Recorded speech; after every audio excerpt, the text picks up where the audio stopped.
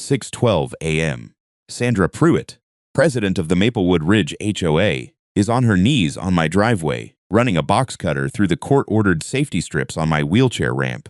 She doesn't rush. She works the blade like she has every right in the world. When she's done, she stands, dusts off her linen blazer, and smirks straight into my doorbell camera. I didn't open the door, didn't say a word, just watched the timestamp burn into the top corner of the footage, 6:12:44, and thought, she just made this very easy for me. See, Sandra thought she was solving a problem that morning. She was actually finishing one. The moment that box cutter touched a federal court order, she stopped being a difficult neighbor and started being a case file. And the beautiful thing about case files is, you don't rush them. You let them fill themselves in. I'm Derek Calloway, Army combat engineer, 2 tours in Iraq. An IED outside Fallujah took part of my balance and most of my right leg's function. Those yellow strips weren't decorative, a U.S. District Court ordered them installed after Sandra spent 11 months calling my wheelchair ramp an architectural abomination inconsistent with Maplewood Ridge's premium aesthetic. She got overruled by a federal judge. Then, 4 months later, she came to my driveway at dawn with a box cutter. I could have stopped her right there, opened the door, said her name, watched her freeze. I didn't, because stopping her, there would have ended this as a neighborhood dispute, and I needed it to end as something else entirely. If you knew someone was digging their own grave, would you hand them a shovel, or just step back and let them finish? I wake up at 5:30 every morning, not because I want to, because my body doesn't give me the option of sleeping in. The TBI rewired my sleep architecture somewhere between Fallujah and the medevac flight. I get 4, maybe 5 hours of real sleep, and then I'm up, whether I like it or not. So I make use of it. Coffee by 5:40, doorbell camera review by 5:50. I scroll through the overnight footage the way some people check email. Not because I'm paranoid, because in this neighborhood, things happened overnight that I needed to know about before Sandra's first fine notice hit my mailbox. That was a habit I'd developed in the Army. In the field, you don't wait for problems to announce themselves. You build a picture before the day demands one. You check your perimeter, note what changed, file what matters. I brought that home with me. Maya, my wife, used to tease me about it. Said I treated our suburban driveway like a forward operating base. She stopped teasing after the 3rd fine notice in 2 weeks. My day runs on structure. Coffee, footage, medication, physical therapy exercises. 40 minutes, same sequence, every morning. My right leg cooperates better some days than others, but the routine keeps the bad days from compounding. By 7 a.m., I'm at my desk. I do contract consulting work, infrastructure assessments, mostly for municipal clients. The job suits me. I'm good at reading systems, finding where the load is being applied wrong, identifying what's going to fail before it does. Turns out that skill transfers. Maya teaches 3rd grade at a school 20 minutes away. She leaves at 7:15, and I watch her back out of the driveway on the camera every morning, partly out of habit, partly because Sandra had twice filed complaints about the angle of our vehicle during reverse parking. I still have both notices, filed under Maplewood Ridge, HOA correspondence absurd. That folder got thick fast.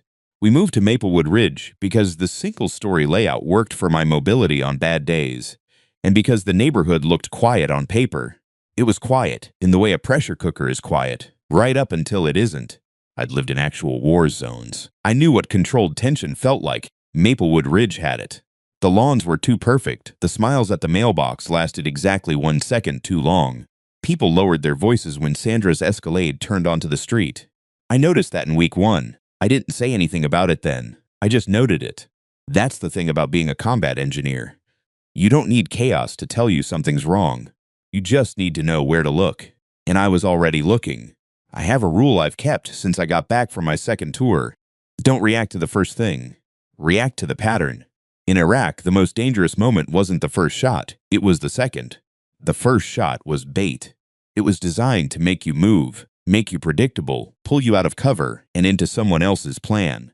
The engineers who survived longest were the ones who absorbed the first hit, stayed low, and read the situation before they committed to anything. I brought that rule home. Maya calls it patience. My therapist calls it emotional regulation.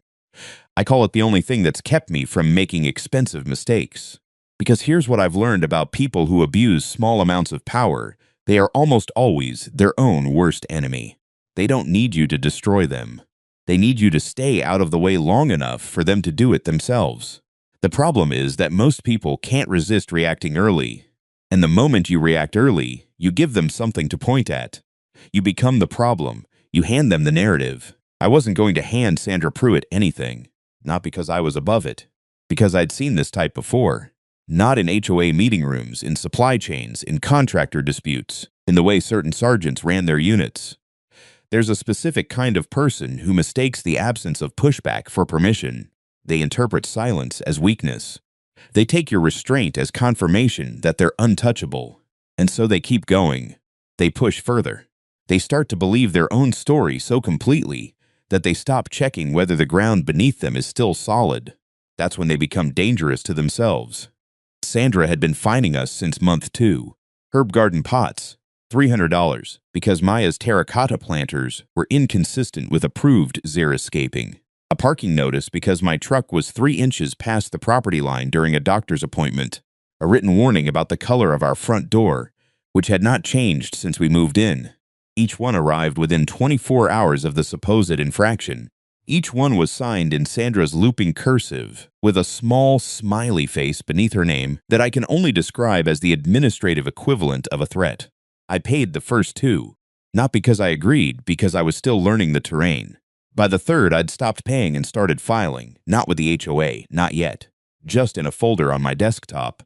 Date, violation number, amount, description, photo of whatever she claimed was the infraction.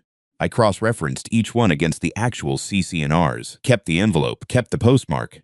Most people would have called that obsessive. I called it reconnaissance.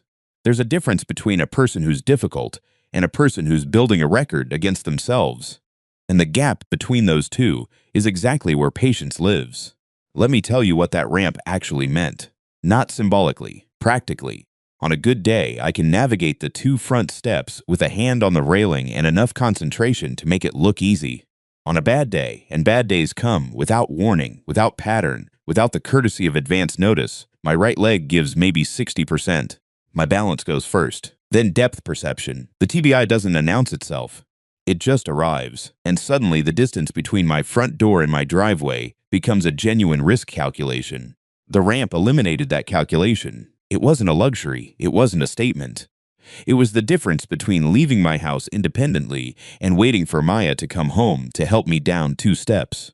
Between having a life with some basic self-sufficiency intact and having one more thing the IED took from me 11 years later in a suburb in Scottsdale because a woman with a pearl-white Escalade found the color of the safety strips aesthetically offensive. I filed the ADA accommodation request 14 months before Sandra took that box cutter to my driveway. 11 of those months, she blocked it, tabled it, sent it back for architectural review, requested additional documentation I'd already submitted, claimed the HOA needed outside counsel to assess structural impact on shared aesthetic standards, a process she controlled the timeline of entirely. I got a lawyer. We went to federal court. The judge was not impressed by Sandra's aesthetic standards. The ramp went in 4 months later. Permitted, inspected, code-compliant, and bordered in high-visibility yellow tactile strips exactly as the accessibility contractor specified. Sandra filed a formal objection to the color of the strips 11 days after installation. The court declined to hear it, so she showed up at 6:12 a.m. with a box cutter instead. What Sandra never understood, what I don't think she was capable of understanding, was that by the time she knelt on my driveway that morning, she wasn't just damaging a safety feature. She was tampering with a federal court order. She was committing a civil rights violation on camera. She was doing it in a neighborhood of 600 families, many of whom had their own quiet grievances they'd never felt safe enough to voice. She thought she was trimming an eyesore. She was lighting a fuse. And I had been waiting very patiently for her to strike the match herself. The fine notices were annoying. That's what I told Maya in the beginning. Just annoying. But around week 6, something shifted in how I was reading them. It wasn't the frequency, though that was climbing. It wasn't the amounts, though those were climbing too. It was the timing. Every single notice arrived within 18 to 24 hours of the supposed infraction. Not 2 days later, not after a board review. Within 1 business day, consistently across 11 separate violations over 4 months. I pulled up the CC&Rs, the community's governing documents, all 94 pages, and read the section on fine procedures. Board members were required to document violations in writing, submit them to the HOA management portal, allow a 5-day cure period before issuing a formal fine notice, and obtain sign-off from at least one other board officer. Sandra's notices skipped the cure period on 7 of 11 occasions. 3 had no co-signature. 2 cited bylaw sections that, when I looked them up, didn't actually cover what she was fining us for. This wasn't a neighbor with high standards. This was someone who had been running this process so long, unchallenged, that she'd stopped bothering to follow her own rules. I opened a new folder on my desktop. Not HOA correspondence, absurd this time. This one I labeled Pattern. I started cross-referencing fine date versus alleged infraction date, notice format versus required format under the CC&Rs, bylaw citations versus actual bylaw text. I wasn't a lawyer, but I'd spent 15 years reading technical specifications for a living. I knew how to find where the stated procedure and the actual procedure diverged. They diverged constantly. Then I started asking around, quietly, carefully, the way you ask questions when you don't want the wrong person to know you're asking. I talked to the Nwayans 3 doors down, who'd received a $200 fine for holiday lights on January 7th, one day after Sandra's stated deadline, on a Saturday when they'd been out of town. I talked to the Garcias, who'd been fined for a trash can visible at 8:04 a.m. on a morning their truck broke down. I talked to an older woman on the next block named Carol Okafor, who mentioned almost in passing that she used to work for the IRS. I filed that detail away. What I was building in those conversations wasn't a complaint. It wasn't a petition, it was a map. A map of who had been touched, how often, in what pattern, and whether that pattern pointed somewhere specific. It pointed somewhere very specific. Every escalation, every fine, every procedural shortcut Sandra took, they all ran in the same direction, toward people who were unlikely to push back, toward situations where her word was the only word on record, toward outcomes where the money moved and nobody checked where it went. I didn't know yet exactly what that meant, but I knew it meant something, and I started making sure that every step Sandra took from that point forward landed on solid documentation.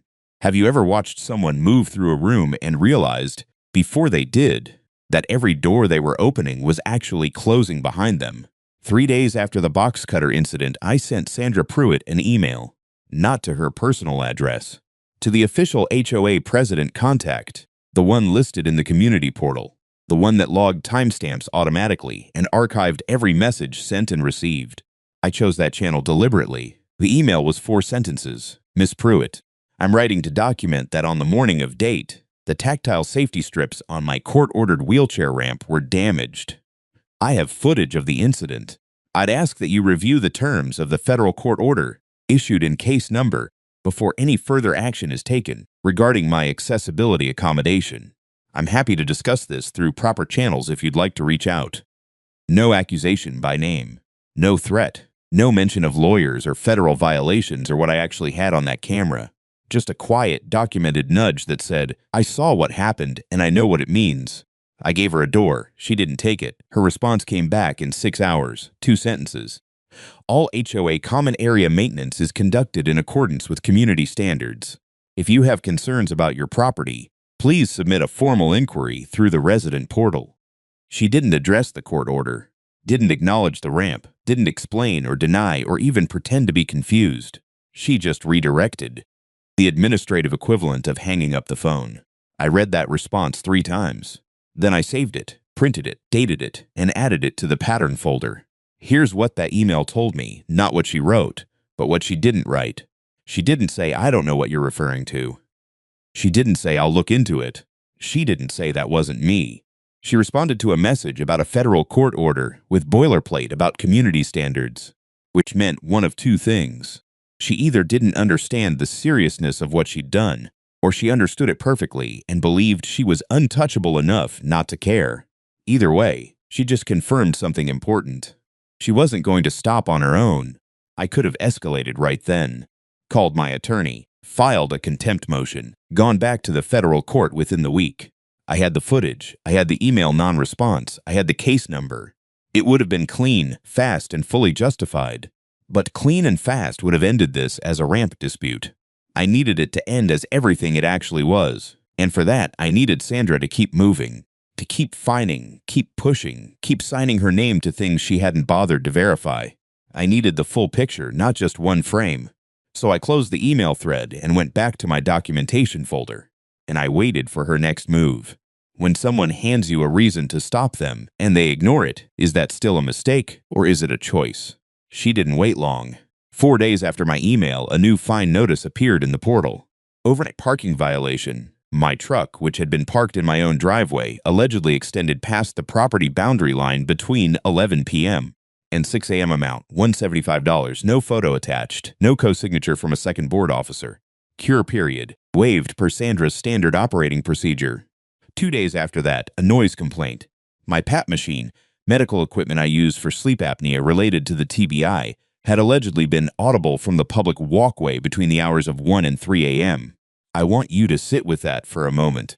Someone had been standing outside my house in the middle of the night, listening for my medical equipment. Or no one had, and Sandra had simply written it down anyway. Either option told me something useful. I didn't respond to either notice.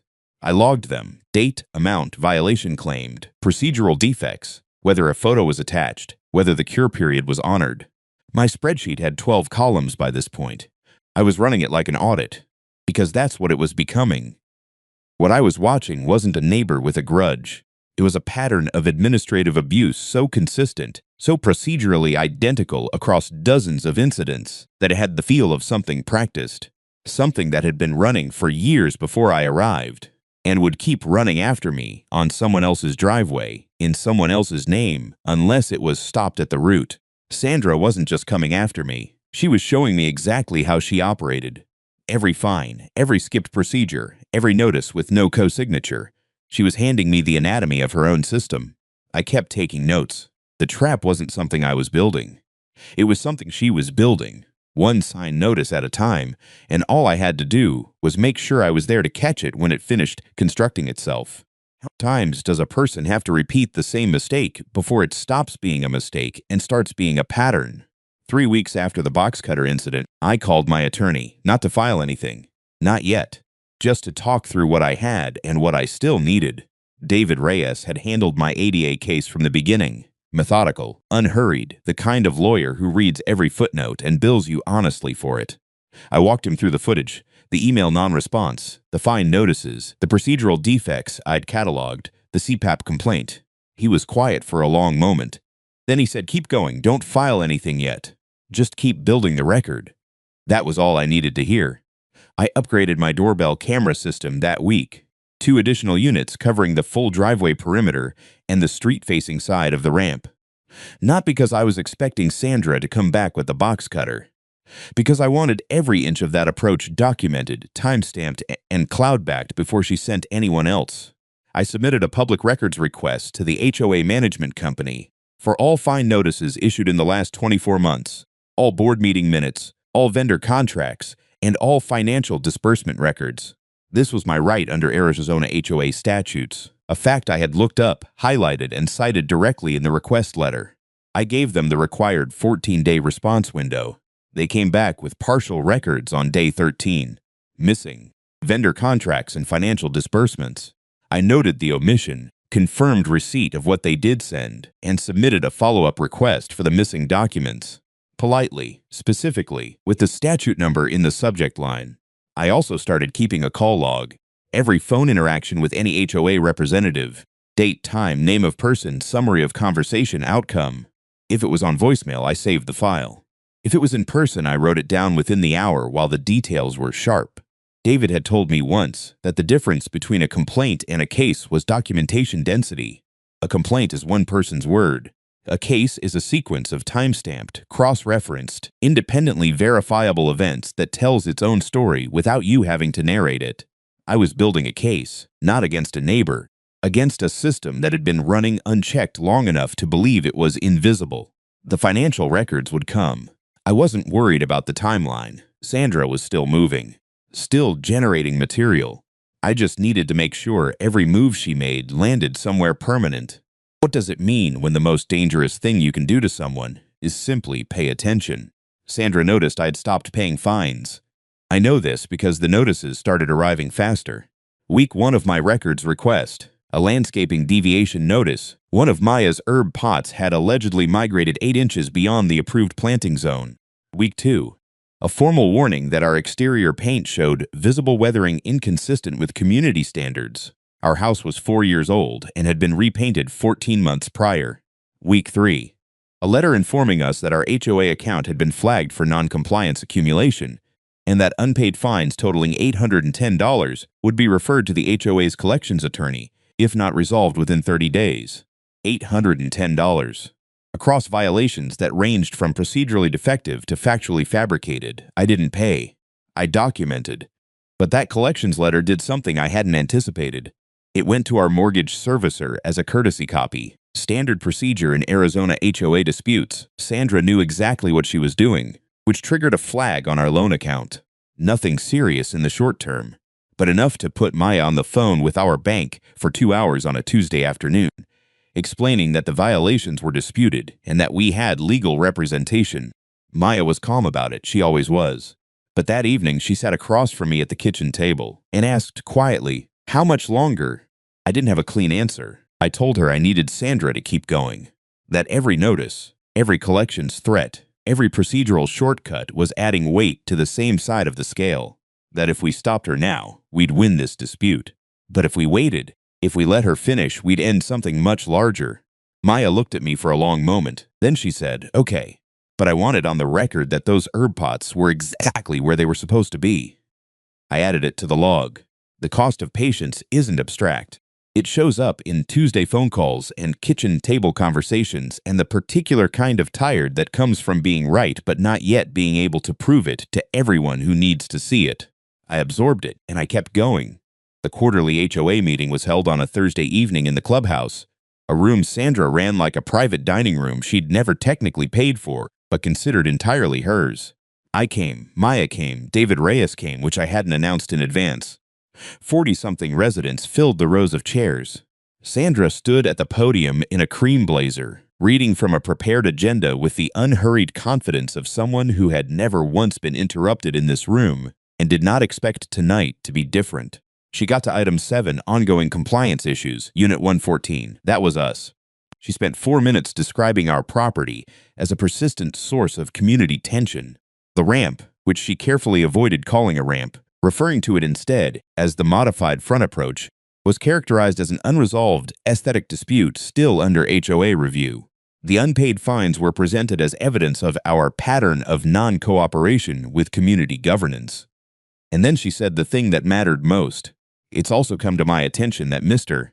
Calloway has been soliciting other residents to make complaints against the board. I want to be transparent with this community. What we're dealing with here is a coordinated effort to undermine HOA leadership, and I have full authority to address that under our governing documents. Full authority. She said it clearly, confidently, in front of 40 residents, and she let it sit in the room like it was the end of the conversation. I wrote down the exact words in the notepad I'd brought, time-stamped, 7:34 p.m. I noted the names of the board members seated behind her, who nodded along. I noted the 3 residents in the front row who shifted uncomfortably in their chairs but said nothing. David leaned over and wrote one word on the corner of my notepad. Perfect. Because here's what Sandra had just done, in front of a room full of witnesses. She had publicly accused me of coordinated misconduct without a single piece of supporting documentation on the record at an official HOA meeting, minutes of which were required by Arizona statute to be filed and retained. She had framed a disabled veteran's legal accessibility accommodation as an aesthetic dispute still under her review, 4 months after a federal court had closed that question entirely, and she had claimed full authority over a situation she had already lost in federal court. Every word was in the minutes. Every word was now evidence.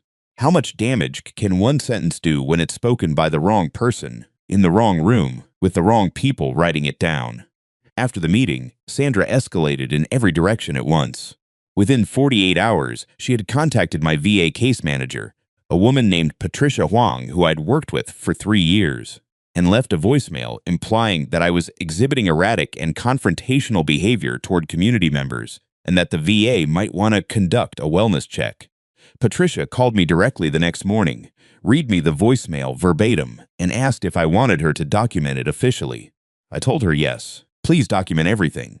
Sandra also retained an HOA attorney, a firm out of Scottsdale that specialized in community association disputes. And within the week, David received a formal letter asserting that my public records request had been fulfilled in its entirety, that our unpaid fines were valid and enforceable, and that any further harassment of board officers could result in legal action against me personally. Harassment, that was the word they used. I had sent 2 emails and attended 1 meeting. The attorney's letter also introduced someone new into the picture, Gary Moss, the HOA treasurer, who co-signed the response and added a paragraph asserting that the board's financial management was fully compliant with all Arizona HOA statutes and had been independently verified. Gary was 51, retired from mid-level banking, and had been treasurer for 6 years. He received a $900 monthly consulting fee from the HOA, a detail buried in the partial financial records they'd already sent me, listed under Administrative Services, External, $900 a month. For a volunteer treasurer position, I flagged it in my spreadsheet and kept moving. Sandra also deployed what I can only describe as a surveillance rotation. Starting the week after the board meeting, my home was photographed from the street at least twice daily. I could see it on my cameras, a car I didn't recognize doing slow passes at 8 a.m. And again around 4 p.m. different cars, same behavior, same angles. She was building a photo log of my property, looking for anything she could add to our violation file. What she didn't account for was that I was recording her recording me, and she didn't know about the dash cam. Marcus Webb lived 4 houses down, drove a gray Tacoma, and left for work at 7:45 every morning. His dash cam had been running continuously for 2 years. He'd installed it after a hit and run in a grocery store parking lot and never turned it off. He'd captured 11 separate passes of the surveillance vehicles, with timestamps and partial plates. He hadn't said anything to anyone yet, but he'd kept the footage. The web Sandra was weaving was expanding. More people, more paper, more signed correspondence, more official assertions on letterhead. Every new actor she brought in added a new thread to a document trail that was rapidly becoming impossible to contain. Her attorney's involvement didn't slow the accumulation of evidence. It accelerated it, because now there were formal letters with dates and signatures asserting things that could be directly contradicted by what I already had. The more institutional her response became, the more institutional the consequences would be. She was scaling up a problem she didn't yet know existed. And with every new escalation, the circle of people who would eventually need to answer for it grew wider. When a person in power pulls more people into their orbit to protect themselves, do they ever stop to ask whether those people will still be there when the ground shifts? Carol Okafor knocked on my door on a Tuesday morning, 3 weeks after the board meeting. She was 63, recently retired, and had lived in Maplewood Ridge for 7 years. She brought a manila folder and a look on her face that I recognized, the particular expression of someone who has been carrying something uncomfortable for a long time and has finally decided the weight isn't worth it anymore. She sat at my kitchen table and slid the folder across to me without saying anything first. Inside were 11 months of HOA financial statements, the ones Sandra published reluctantly through the community portal, formatted in a way that made them technically compliant and practically unreadable. Carol had printed every one, laid them side by side, and marked them up in red pen with the careful precision of someone who had spent 30 years doing exactly this kind of work for the federal government. She tapped one column with her finger. These landscaping vendor payments, 12 months, $61,000. I have lived on this street for 7 years, Derek. I have never seen the landscaping work that would justify $61,000. I don't think it exists. The vendor was listed as Pruitt Property Solutions, LLC. I looked up from the folder. Carol nodded slowly. I checked the Arizona Corporation Commission. Registered 18 months ago. Listed agent, Robert Pruitt, Sandra's husband. She'd known for 6 weeks.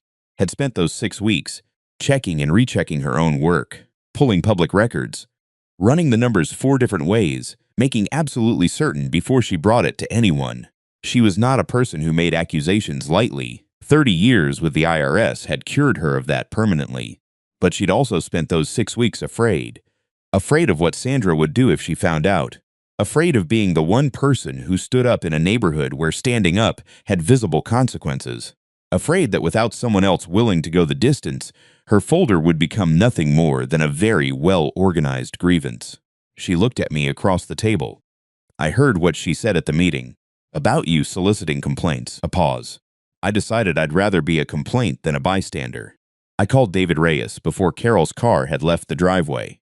And then I called the FBI field office in Phoenix. How many people are sitting on folders right now, waiting for someone else to go first? Agent Rachel Torres called me back within 48 hours. She was measured, precise, and asked very good questions, the kind that told me she already understood the terrain before I finished explaining it. Wire fraud involving HOA finances fell under federal jurisdiction when it crossed certain thresholds. $61,000, paid to a board president's husband's shell company with no contracts on file and no verifiable work product. That crossed several thresholds simultaneously. She said, "Mr. Calloway, keep documenting, don't confront. Don't file anything civil that might alert her. Let her keep moving." I told her I'd been doing exactly that for 4 months. A brief pause. Then, "Good, keep going." But the timeline was tightening in ways I hadn't fully anticipated. The HOA's collections attorney had filed a formal lien notice against our property, standard procedure in Arizona when HOA fines go unpaid past 60 days. The lien itself wasn't immediately dangerous, but it had a compounding effect. Our mortgage servicer had now flagged the account twice. If the lien formalized and went uncontested for 90 days, it could trigger an escalation clause in our loan terms. David had already sent a dispute letter, but dispute letters take time, and time was the one resource Sandra was actively trying to compress. She had also set a deadline. The annual HOA meeting, the one where the full community voted on board ratification, budget approval, and open business, was scheduled for 6 weeks out. Sandra had added a line item to the published agenda, formal review of non-compliant properties, Unit 114. She intended to bring our case before the full community on record in a forum she controlled and use it to ratify everything she'd done as legitimate board action. If that vote went through, it would create an additional layer of documentation in her favor. Not legally decisive, but politically significant within the community and harder to unwind. 6 weeks. Carol and I met with David and Agent Torres separately, then together. We mapped what we had against what we still needed. The financial records were strong but incomplete. Carol's analysis was compelling, but we needed the actual vendor contracts or their documented absence to close the loop. The HOA management company's second records request response was now 11 days overdue. David had sent a statutory demand letter. Marcus Webb confirmed he'd preserve his dashcam archive and would provide a formal statement if needed. Patricia Huang at the VA had documented Sandra's voicemail and filed it through official channels, which meant it was now part of a federal agency's records. The pieces were almost all in place. Almost. What I needed was the annual meeting itself. Not to avoid it, to use it. Sandra had handed me a public forum with 600 families, mandatory minutes, and a recorded vote. She thought she was building a stage to finish me on. I thought it was the most perfect trap she'd ever accidentally built. I just needed 6 weeks to make sure everything was ready when she walked onto it.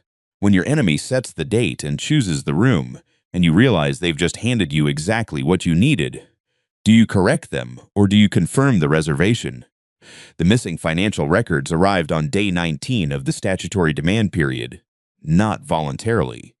David had filed a formal complaint with the Arizona Department of Real Estate, the regulatory body that oversaw HOA management companies, and copied the management company's liability insurer on the cover letter. The records appeared in our portal within 72 hours of that filing, uploaded at 11:47 p.m. on a Wednesday, with no accompanying explanation. I opened them at 5:50 the next morning. Carol was at my kitchen table by 7:15. What we found wasn't subtle. Pruitt Property Solutions LLC had received $61,400 across 14 separate payments over 12 months. Each payment was categorized under landscaping and grounds maintenance, contracted services. Each payment had been approved by Sandra as board president and countersigned by Gary Moss as treasurer. Standard dual authorization procedure. On paper, exactly correct. But there were no contracts on file, no scope of work documents, no completion certificates, no before and after photos of the work performed, no insurance certificates from the vendor, which Arizona HOA statute required for any contracted service exceeding $5,000. What there was instead, 14 checks, 14 authorization signatures, and a vendor registration that Carol had already confirmed was an 18-month-old shell company with no employees, no equipment, no business address beyond a PO, box in Tempe, and no verifiable project history anywhere in Maricopa County. Carol laid it out in a 12-page summary document that was the cleanest piece of financial forensics I'd ever seen outside of a courtroom. She cited every statute, cross-referenced every payment against every board meeting agenda where the work should have been discussed and approved, and flagged 17 separate instances where required procedural steps had been skipped or falsified. Then she turned to the last page. Gary Moss's $900 monthly consulting fee, listed under administrative services, external for 26 consecutive months, totaled $23,400. There was no contract for that either, no defined scope, no deliverables, just a recurring transfer authorized by Sandra to a personal account registered in Gary's name. Total diverted, $84,800 from 600 families. I sat with that number for a long moment. Then I forwarded Carol's summary, the complete financial records, and the vendor registration documents to Agent Torres. She responded in under an hour. "This is sufficient to formalize. We're opening a full investigation. Do not disclose to anyone outside your legal team. Continue as planned for the annual meeting." David called that afternoon. His voice had the particular quality it got when he was working hard to sound calm. "Derek, between the ADA violations, the contempt of the federal court order, the wire fraud documentation, and the VA contact, we're not filing a complaint anymore. We're presenting a federal case." I looked at the folder on my desktop, the one labeled pattern. It had 47 documents in it now, time-stamped, cross-referenced, independently verifiable. Every single one generated by Sandra's own hand, in Sandra's own name, across Sandra's own signature. She had spent 6 months building the most detailed case against herself I had ever seen, and she still had no idea. What does it feel like to watch someone sign their own name over and over to the very thing that will undo them? 5 days before the annual meeting, Sandra made her most aggressive move yet. A formal notice arrived. Not through the portal this time, but hand-delivered. Slipped under our front door at some point during the night. It was printed on HOA letterhead, signed by Sandra, and countersigned by Gary Moss, and it informed us that due to our property's sustained pattern of non-compliance and ongoing disruption to community governance, the HOA board had voted in closed session to refer our case to their attorney for accelerated lien enforcement proceedings. Accelerated, that was the word. It meant they were bypassing the standard 90-day window and pushing for a compressed timeline. 30 days to forced resolution, which in practical terms meant either we paid every disputed fine in full, totaling now $1,040, or the lien formalized, and they initiated steps toward what the letter delicately called property interest remediation. They were threatening to put our house into a collections process. David called it legally aggressive and probably overreaching. He said, probably in the careful way lawyers use that word when they mean, "I'm not certain enough to promise you anything." Our mortgage servicer called the next morning. A flag had been elevated to their compliance department. They were not taking action yet, but they needed a written response within 10 business days explaining the dispute status and our legal position. Maya took that call. She came and found me at my desk afterward and didn't say anything for a moment, just stood in the doorway. "Then are we going to lose the house, Derek?" I told her no. I told her David had it. I told her we were 5 days from the meeting and everything was in place. What I didn't tell her was that I'd spent the previous night reading Arizona lien enforcement statutes until 3 a.m., running scenarios, checking whether Sandra's accelerated timeline had any actual legal teeth or whether it was a pressure tactic designed to make us settle before the meeting. The answer was somewhere in between. She couldn't move as fast as the letter implied, but the process she'd initiated was real. And if it ran unchallenged while we were focused on the meeting, it could create genuine complications. I was managing 2 timelines simultaneously, the meeting, which was the main event, and the lien, which was Sandra's attempt to force a surrender before the curtain went up. I didn't sleep well those 5 days. I reviewed the evidence folder every morning, not because I needed to recheck anything, but because I needed to remind myself what we actually had. 47 documents. Carol's 12-page forensic summary. Agent Torres's confirmation that a federal investigation was formally open. Marcus Webb's dashcam archive. Patricia Huang's documented record of Sandra's VA voicemail. David's complete litigation file on the ADA violations and the court order contempt, and the original footage, 6:12 a.m. Sandra Pruitt on her knees on my driveway, box cutter in hand, smirking at the camera. That one I watched twice, not out of anger. To remember that this had started with a woman so certain of her own untouchability that she'd looked directly into a recording device and smiled. That certainty was about to cost her everything. But in those 5 days, in the space between what I knew and what the world hadn't seen yet, I felt the full weight of what patience actually demands. It doesn't ask for much, just everything, all at once, for longer than feels reasonable. I paid the price, and I kept going. Is there anything more isolating than knowing exactly how the story ends, and not yet being allowed to tell anyone? The night before the annual meeting, I sat on the front steps for a while. Not on the ramp. On the steps, the way I used to before the ramp existed. Carefully, one hand on the railing, weight shifted left, the way my body had learned to compensate for what Fallujah took. It was harder than it used to be. My right leg was having a bad night. The kind where the signals between my brain and my knee arrive slightly out of sequence, like a translation with a half-second delay. I sat there anyway. I thought about the 14 months I'd spent trying to get that ramp approved through proper channels, the forms I'd filed and refiled, the medical documentation I'd submitted 3 separate times because Sandra's board kept misplacing it, the letters from my neurologist, my physical therapist, my VA physician, each one describing in clinical language what my body couldn't do reliably anymore and what it needed to do it safely. Each one read by a board president who responded by requesting additional review periods and citing aesthetic standards. 11 months to approve a ramp for a combat veteran with a federal disability classification. And then 4 months after a court finally forced her hand, she came to my driveway at dawn with a box cutter. I'm not a person who uses the word dignity lightly. It's a word that gets deployed too easily, stretched too thin.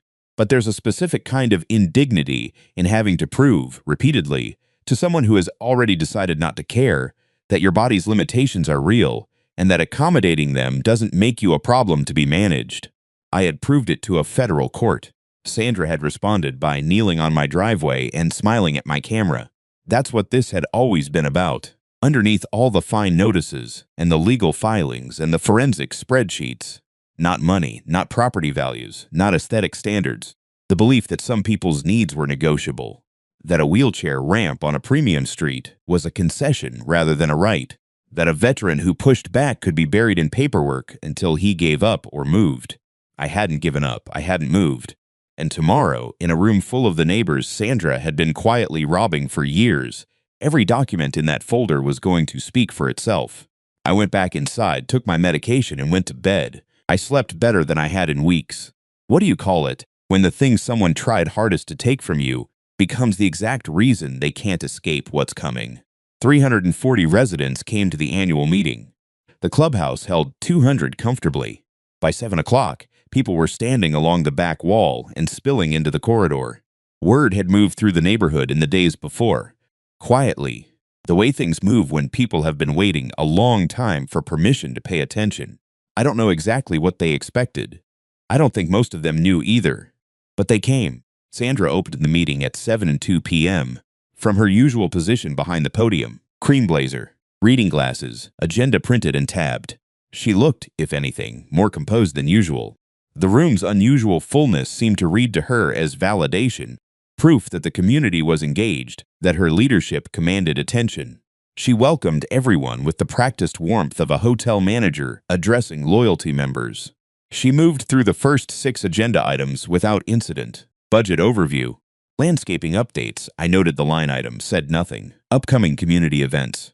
Pool resurfacing schedule. Then she reached item 7. Formal review of non-compliant properties. Unit 114. She took a breath, set her reading glasses on the podium, and looked out at the room with the expression of someone about to deliver an unpleasant but necessary truth. She got 2 sentences in. As many of you are aware, the board has been managing a sustained compliance situation with one resident who has repeatedly. David Reyes stood up. He didn't raise his voice. He said clearly and without apology, Ms. Pruitt, before you continue, residents in this room have a right to hear some information about HOA finances that hasn't been presented to them. I'd ask for 5 minutes. Sandra looked at him the way she looked at everything she intended to dismiss. "This isn't an open forum segment, Mr. Reyes, David Reyes, attorney for Derek Calloway. And you're correct, this isn't an open forum. What I'm presenting is documentation relevant to the board's fiduciary conduct, which under Arizona HOA statute, section 33-1804, residents have a right to raise at any properly noticed annual meeting. This meeting was properly noticed. I have the floor. A beat." Sandra looked at Gary Moss. Gary Moss looked at the table. David walked to the front of the room. Carol Okafor stood and joined him. Her 12-page summary already printed in copies she'd prepared for every board member and the 3 residents seated at the record-keeping table. What happened over the next 22 minutes was not a confrontation. It was a presentation, methodical, sequenced, and constructed so that each piece of information led logically to the next without requiring anyone in the room to take our word for anything. Carol went first. She walked through 12 months of HOA financial statements, the one Sandra had published herself in the community portal under her own authorization. She showed the 14 payments to Pruitt Property Solutions, LLC. She showed the Arizona Corporation Commission registration. She showed Robert Pruitt's name as listed agent. She showed the absence of contracts, the absence of completion documentation, the absence of the insurance certificates required by statute for every payment above $5,000. She showed the math. $61,400, paid to the HOA president's husband's shell company, approved by the HOA president, countersigned by the treasurer. The room was very quiet. Then David took over. He presented the Gary Moss consulting payments, 26 months, $900 each, $23,400 total, no contract, no defined deliverables, authorized by Sandra, paid to Gary's personal account. He presented the correspondence record, my original ADA accommodation request, Sandra's 11 months of procedural delays, the federal court order, the court's rejection of Sandra's aesthetic objection to the safety strips. Then he pulled up the doorbell camera footage on a laptop connected to the room's presentation screen. 6:12 a.m., Sandra Pruitt, my driveway, box cutter, court-ordered safety strips. The full sequence, unedited, with the timestamp burning in the corner, 41 seconds. Then her smirk at the camera. The sound in the room changed. It wasn't gasps. It was the particular silence of 340 people recalibrating simultaneously. David continued without pausing. He presented the HOA attorney's letter claiming the records request had been fulfilled, dated before the missing financial documents were produced. He presented Sandra's public statement at the previous board meeting from the official minutes, claiming I had been soliciting complaints, and that she had full authority to address my accessibility accommodation. 4 months after a federal court had removed that authority entirely, he presented the voicemail Sandra had left with my VA case manager, characterizing me as erratic and confrontational, documented by a federal agency employee in her official capacity. Then he said, "At this time, I'm also informing this board and this community that the FBI field office in Phoenix has an open investigation into the financial matters Carol has presented tonight.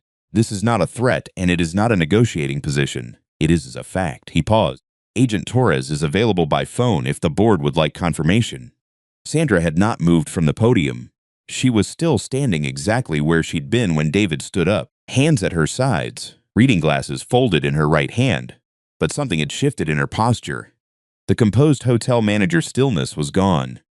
What replaced it was a very particular kind of stillness, the kind that comes when a person realizes, all at once, that every room they thought they'd locked is standing open. She said, "This is a coordinated smear campaign, and I will not," a voice from the back of the room, calm and unhurried. "I'm Special Agent Rachel Torres, FBI Phoenix Field Office. I can confirm the investigation is open." She was on speakerphone, held up by David's co-counsel near the back wall. The room didn't erupt. It didn't need to. 340 people turned as one, back toward the podium. Sandra Pruitt stood behind it alone. Gary Moss had quietly pushed back his chair. I was sitting in the 4th row, next to Maya, next to Carol. I hadn't spoken once. I hadn't needed to. Every word that mattered that night had been spoken by Sandra, in fine notices, in email non-responses, in board meeting minutes, in a voicemail to a federal employee, in 41 seconds of doorbell footage she'd generated herself, on my driveway at 6:12 in the morning, with a box cutter and a smirk. I had just held the door open. She had walked through it herself. Justice doesn't always arrive as a thunderclap. Sometimes it arrives as a room full of people reading the same document at the same time and realizing they've been lied to by the same signature. 6 months later, Sandra Pruitt pleaded guilty. Wire fraud, civil rights violations, 22 months federal prison, $108,000 restitution to the Maplewood Ridge HOA, covering the full amount diverted through Pruitt Property Solutions LLC and Gary Moss's consulting payments, plus interest. Gary cooperated with federal prosecutors and received probation. The HOA's outside attorney quietly withdrew from representation 2 weeks after the annual meeting and did not send a final bill. The lien against our property was dissolved within 10 days of the meeting. The HOA management company settled a separate regulatory action with the Arizona Department of Real Estate and replaced their community association manager. The entire Maplewood Ridge board was restructured. New elections, new officers, new financial oversight protocols, an independent audit scheduled for the following fiscal year. Every fine notice Sandra had issued to our property was voided, all of them, retroactively, including the herb garden pots. I added that detail to the log. Last entry, marked resolved. The ramp is still there. The yellow tactile strips, the ones Sandra called an architectural abomination, the ones she drove to my driveway at dawn to cut with a box cutter, the ones a federal court had ordered, and she had contempted and I had documented, and David had displayed on a projection screen in front of 340 of her neighbors. They were replaced the week after the meeting by the original accessibility contractor, at the HOA's expense, per the terms of the civil rights settlement. They're brighter than the originals. The contractor used a higher visibility grade.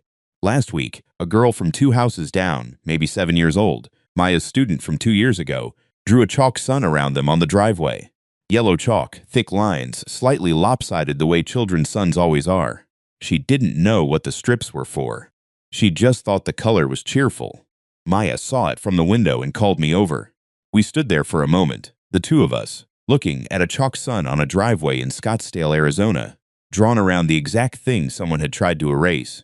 I don't have a grand conclusion about power or justice or what it means to outlast someone who believed they were untouchable. I'm not sure grand conclusions are the right response to something this specific, this ordinary in its ugliness, this avoidable if one person had simply chosen differently at any of a dozen moments along the way. What I have is this: a ramp that works, a folder that's closed, a neighborhood that knows now what was being done to it and who stayed quiet and who didn't and what the difference cost. Sandra built her own cage, one sign notice at a time. I just held the door open long enough for her to finish. The next time someone tells you that patience is passive, ask them if they've ever watched a trap close on someone who built it themselves. Because there is nothing passive about that. It just requires a different kind of discipline than the one that makes noise. If this story stayed with you, the part about holding steady when everything in you wants to react, share it with someone who needs to hear that patience isn't weakness. Sometimes it's the whole plan. There is a certain kind of person that systems like Sandra's depend on. Not the loud ones. Not the ones who lawyer up on day one and make noise from the start. Those people, Sandra knew how to handle. She'd been handling them for years. The ones she never accounted for were the quiet ones. The ones who had already survived something far worse than a fine notice. The ones who came home from places where every detail mattered, where missing something small could cost everything, and brought that same stillness into a suburban neighborhood nobody expected to be a battlefield. She looked at Derek and saw someone to manage. Someone who could be buried in paperwork, worn down by delay, made to feel like the problem rather than the person being wronged. She wasn't reading him. She was reading her own assumptions about him. That's the thing about people who abuse small amounts of power for long enough. They stop seeing the individuals in front of them. They see categories, complainers, troublemakers, problems to contain. And the longer nobody challenges them, the more certain they become that the silence around them means they're safe, when really, it just means nobody has decided it's time yet. Sandra wasn't undone by a confrontation. She wasn't brought down by anger or a public scene or someone finally snapping and giving her something to point at. She was undone by 47 documents she generated herself, by a camera she smiled at, by a room full of neighbors she had underestimated for years, who just needed someone else to go first. Derek didn't beat Sandra. He simply refused to disappear. And in refusing to disappear, He created the conditions for the truth to do what truth does when you give it enough space and enough time. That's harder than it sounds.